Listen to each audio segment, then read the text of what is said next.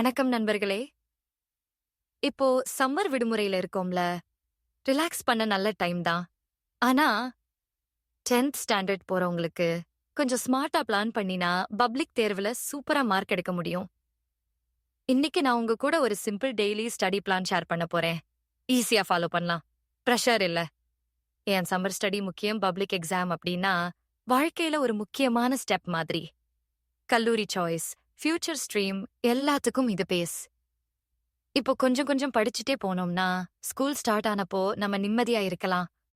ஆகவே சம்மர்ல ரிலாக்ஸ் பண்றது சரி. ஆனா ஒரு நாள் 2 மணி நேரம் ஸ்டடி பண்ணிட்டோம்னா போதும். முதல்ல முக்கியமான பாடங்கள் கணிதம், ஆல்ஜிப்ரா, கிராஃப், ஜியோமெட்ரி பயிற்சி பண்ணணும். Science, physics formulas, biology diagrams படிக்கலாம். ஆங்கிலா, கிராமர் கற்றுக்கொள்ளணும். காம்ப்ரிஹென்ஷன் பிராக்டிஸ் பண்ணணும். அப்புறம் ஸ்டோரி எல்லாமே நீங்களே படிக்கலாம். தமிழ், இலக்கணம், முக்கியமான கட்டுரைகள் படிக்கணும். அப்புறம் துணைப்பாட கதை எல்லாமே நீங்களே முடிக்கலாம். சமூக அறிவியல் கதையா நினைச்சு படிச்சா ஈஸியாகும். வரலாறுலாம் கதை மாதிரி படிக்கலாம். அப்புறம் டைம்லைன் பிராக்டிஸ் பண்ணலாம். மேப் பிராக்டிஸ் பண்ணலாம். 9th போர்ஷன்ஸ் அப்படியே 10th பேஸ் மாதிரி தான் இருக்கும். டெய்லி 2 மணி நேரம் மாதிரி பிளான் பண்ணிக்கலாம். காலை 9 முதல் 9 மணி நேரம் வரை கணிதம் படிங்க.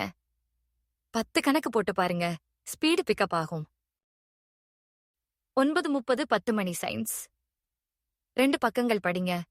லைட் நோட்ஸ் எடுங்க. மாலை 5 முதல் 5:30 ஆங்கிலம் அல்லது தமிழ். ஒரு லேசான கிராமர் புத்தகம் அல்லது பாடப்பகுதி படிக்கலாம்.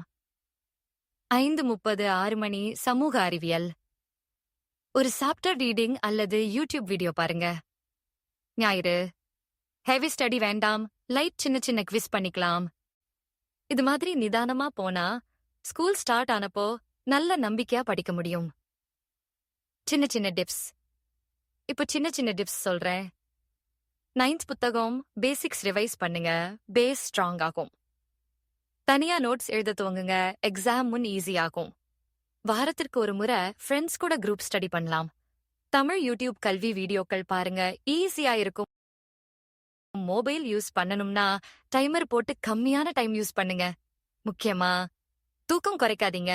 மூளை நல்லா வேலை செய்ய தூக்கம் தேவை. நான் சொன்ன இந்த விஷயத்த ஃபாலோ பண்ணுங்க. கண்டிப்பா அது ஃபியூச்சர்ல யூஸ்ஃபுல்லா இருக்கும். தமிழ்ல ஒரு பழமொழி இருக்கு, சிறுதுளி பெருவெள்ளம். இப்போ இருந்தே படிக்க ஆரம்பிச்சீங்கன்னா ஃபியூச்சர்ல ஈஸியா இருக்கும்.